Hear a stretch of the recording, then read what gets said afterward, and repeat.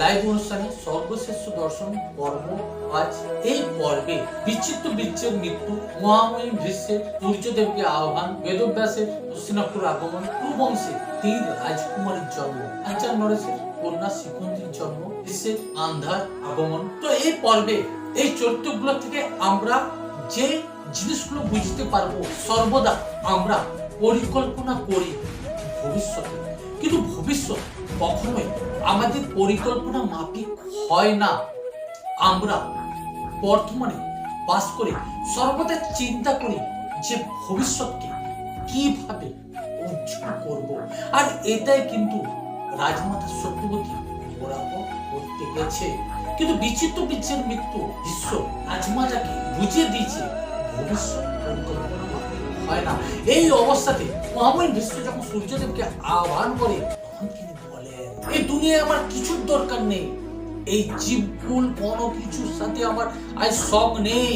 আজ আমি আমার পরিবার নিয়ে চিন্তিত, মানে হস্তিনাপুরে সিংহাসন কে আরোহণ করবে, এবার হবে এই বংশের রাজা। আমার পূর্বপুরুষরা কোনো অন্যায় করেনি, ওই জন্য দেবতাদেরও সঙ্গ দিয়েছে আমার পূর্বপুরুষরা, কিন্তু তা সত্ত্বেও ভগবান কেন এরকম লীলা করছে? তো আমাদের জীবনে ঠিক এই পরিস্থিতি পরে আমরা বর্তমানে থেকে ভবিষ্যতের কথা ভাবি, আর বর্তমানকে আমরা অনুভব করি না, আর এটাই আমাদের জীবনে পাপ সঞ্চারিত হয়, যা অতীতকে খারাপ করে।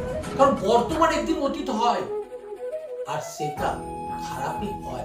এবং ভবিষ্যতে আমরা যখন পরিকল্পনা করি, অতীতের সমস্ত ধরনের পাপ কার্যগুলি আমরা সম্পূর্ণ করি, আর ভবিষ্যৎ নিজের পরিকল্পনা মাফিক করতে চেয়ে আমরা হতভম্ব হয়ে পড়ি। আবার অম্বা দেবী তার দেহ যখন আগুনে নিক্ষেপ করে শিখন্ডী রূপে পাঞ্চাল নরেশের কন্যা হিসেবে জন্ম নেয়, রাজগুরুর কাছে যখন জানতে পারে তার কন্যা প্রতিশোধ পরায়ণ নিয়ে জন্মগ্রহণ করেছে, কিন্তু জীবনভর দুঃখ কষ্ট আছে, পাঞ্চাল রাজ খুশি হয়, কারণ তিনি যে মহামহিম ভীষ্মকে বলেছে এই বংশে এমন কেউ জন্মগ্রহণ করবে যা মহামহিম ভীষ্ম তোমার মৃত্যুর কারণ হবে।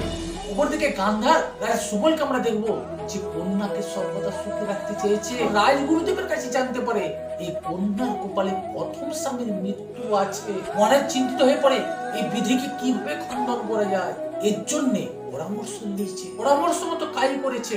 আশা করি এই পর্বগুলো আপনারা দেখবেন, কারণ মহাভারত এমন একটা অন্ধ প্রতিটি চরিত্র, প্রতিটি কথা আমাদের মুহূর্তের মধ্যে শিক্ষা দেয়। আপনারা সঙ্গে থাকুন, আপনাদের মূল্যবান ফিডব্যাক অবশ্যই দিবেন। এই বলে আমি আমার বক্তব্যটি শেষ করছি। শনিবার রাত্রি 9টায় আমার লাইভ অনুষ্ঠানে অবশ্যই আপনারা জয়েন করবেন।